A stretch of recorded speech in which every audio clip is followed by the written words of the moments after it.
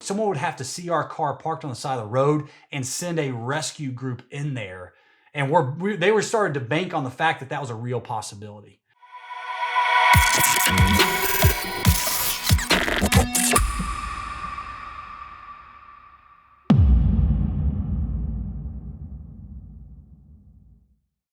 Growing up every summer, I basically lived with all of my uncles and up in Kentucky. And I was up there one summer, and two of my uncles wanted to go caving.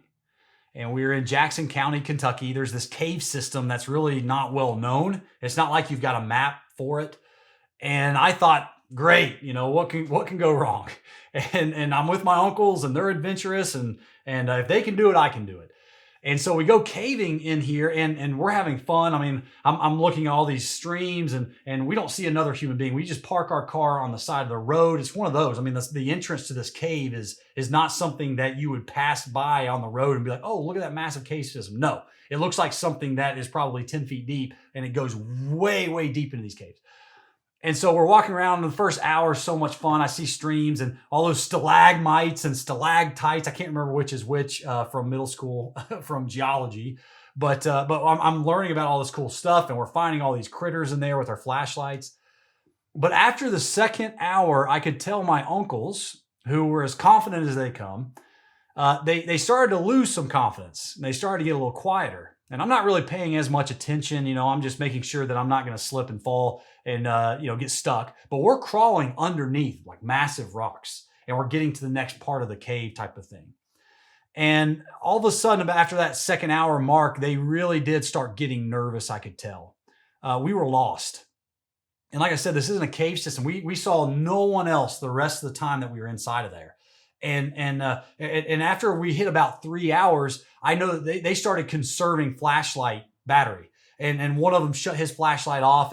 And so then we just went down to one flashlight where one person was kind of leading and shooting it back to each other's feet. Well, isn't it true though? Because we all do this like if it's foggy and we're driving on the road. But when darkness sets in or fog or confusion sets in, we slow down, don't we? And that's exactly what we were doing. But they were starting to think like we could get stuck here and not know how to get out because we're deep into this system and we may not see anybody. Someone would have to see our car parked on the side of the road and send a rescue group in there. And they were starting to bank on the fact that that was a real possibility. And at the darkest moment, when all of a sudden I started to realize too, and I kind of started to have a little panic moment, out of nowhere, there was a cave group. A group of 3 people that did a bunch of caving, and we heard this slight faint noise of a voice, and we start getting really excited. And then maybe 30 seconds later, we see a faint light, and they come around the corner. And my uncles are good old country boys. And so this group comes up, and we tell them that we're lost, and they just start laughing, and they're like, "You guys a bunch of city slickers, ain't you?" And like that was almost offensive to my uncles, but it was that amazing feeling where we realized, oh my gosh, we're not going to live here in this cave in the dark for the next 9 days, right? And they told us exactly how to get out, and all was fine.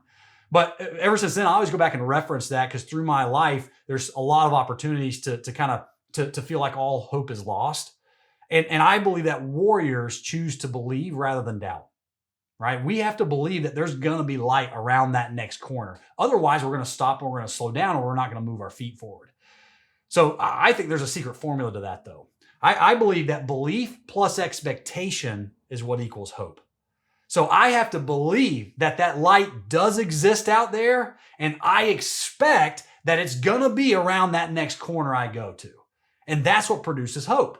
So you might believe that life is going to get better, but you don't expect that tomorrow is going to be any better. Then that's probably why you're lacking hope. Vice versa, you might expect that tomorrow might be better, but you secretly don't believe that you have what it takes to make it any better, right? And maybe that you have what it takes to go and create that, or maybe you don't have enough strength to go and do that. You're not going to have the hope that it takes.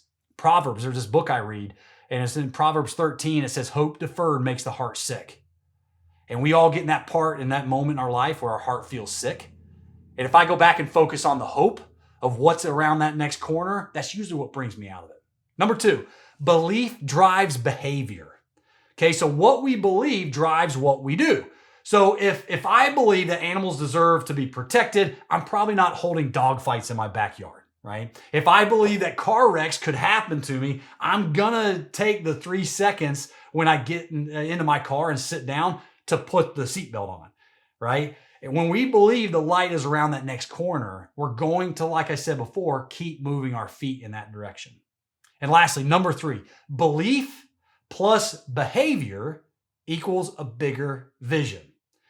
So the last time that I looked in the mirror, I was kind of down and struggling with some stuff. And I had to look at myself and says, buddy, you've got what it takes.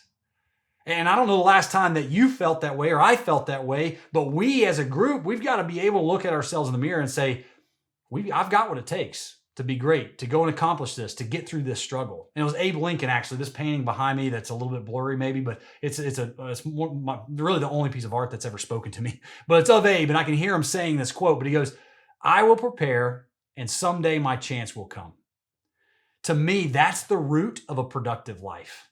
Because without believing that our opportunities to grow and to produce, to protect, or to go and give are going to come, that those opportunities are going to be there, we're not going to be in the position and in the mindset, if you will, to go and see those opportunities as they're headed our way. And we're never going to prepare ourselves for them to actually get to us, right? For their arrival, I guess.